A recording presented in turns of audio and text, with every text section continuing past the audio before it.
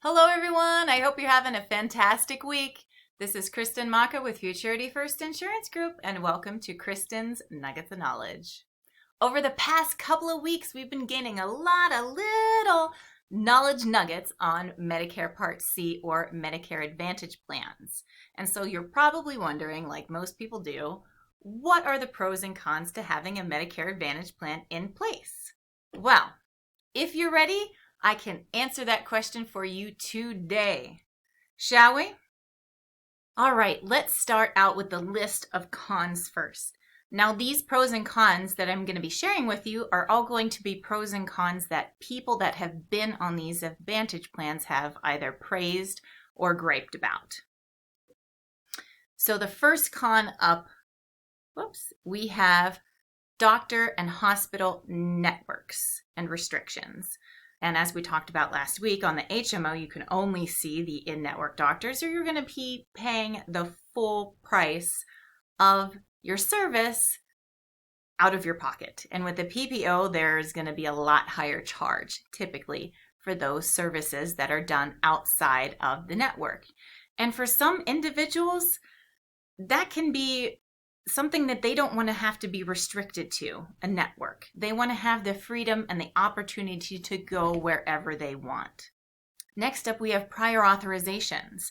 As we talked about last week, there are the HMOs that if you're going to see a specialist or have a surgery or any other kind of procedures, most often you're going to have prior authorization from your primary care doctor. And for a lot of people who don't want to have to jump through hoops, especially when they have a lot of different procedures coming up, the Advantage plan may not be for them. Now we're getting into the way that these plans run their payments. So the coinsurance and copayments. Yes, they may have a very low premium, but when we're talking about what you're spending out of pocket, it can sometimes feel like it's a lot more than what you'd be paying for just a regular Medicare supplement plan or a Medigap plan. And so a lot of people find that paying these copayments and coinsurances can be a little bit of a hassle and maybe something they're not quite ready for. And that brings us into the next point is our back-end payment.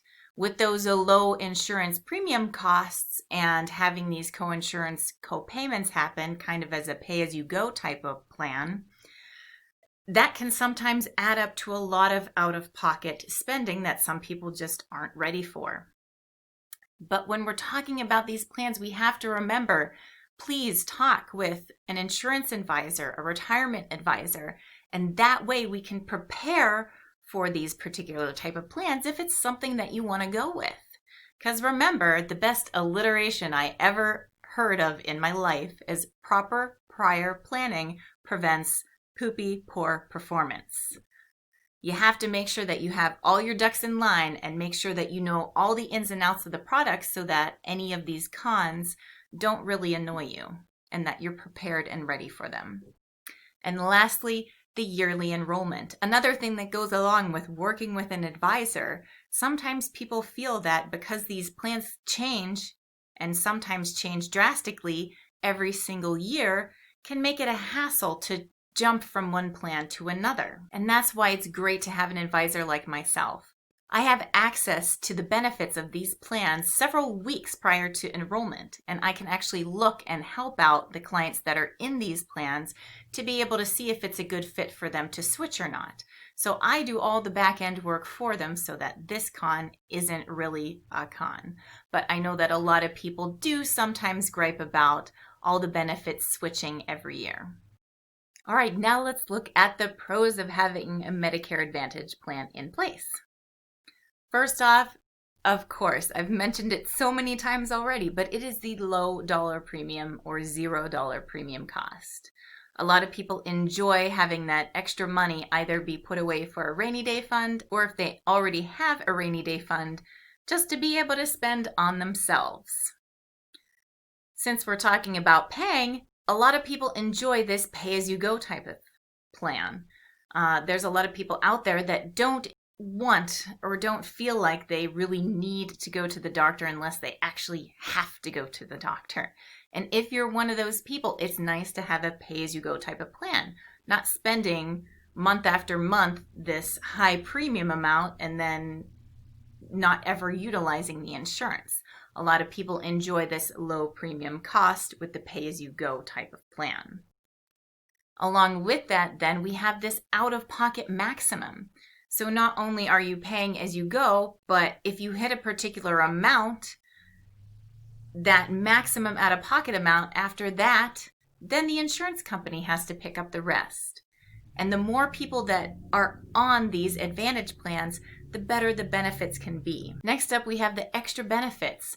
In these Advantage plans, there are so many added extra benefits because they've seen the importance of routine maintenance for your teeth, for your eyes, for your ears, for your body. So not only typically do these plans include dental, vision, hearing, and gym benefits, but some of them have over-the-counter cards, so allotting you a particular amount, whether it be every month, every quarter, or every year, to be able to use for over-the-counter items like first aid, or over-the-counter allergies or pain medications, dental like toothbrushes and toothpastes. So all these plans are trying to have better benefits to be able to keep you healthier, obviously so that you utilize their plan less. But it is nice to have all those added extra benefits in there so you don't have to pay for your own separate dental insurance or your own separate vision insurance. Along with that, not only do these plans include all these extra benefits, but they're all included in one card. So you don't have to have a separate dental insurance card and your Medicare card and your supplement card and then your vision insurance card and then your gym membership tag. It's going to be included an all-in-one. So you've got all of your insurance taken care of by that one particular card, which if you're an individual like me, that would be something that I would be thrilled with. And lastly, it is easy to qualify for these Medicare Advantage plans. As of 2020, the only health question that they ask you is if you have end-stage renal disease. And guess what? In 2021, CMS, Center for Medicare and Medicaid Services, are mandating that Medicare Advantage plans must eliminate that question. So if you have ESRD, it'd be something that I would steer them towards, especially if they cannot requalify for a different Medicare supplement. Well, I hope you learned a little nugget or two about the pros and cons of Medicare Advantage. If you have any comments or pros or cons of your own, please put them in the comments below. I would love to hear from you.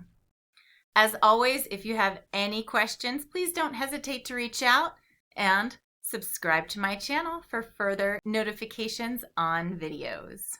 Thank you for watching. Have a blessed rest of your week. We'll see you next time. Bye.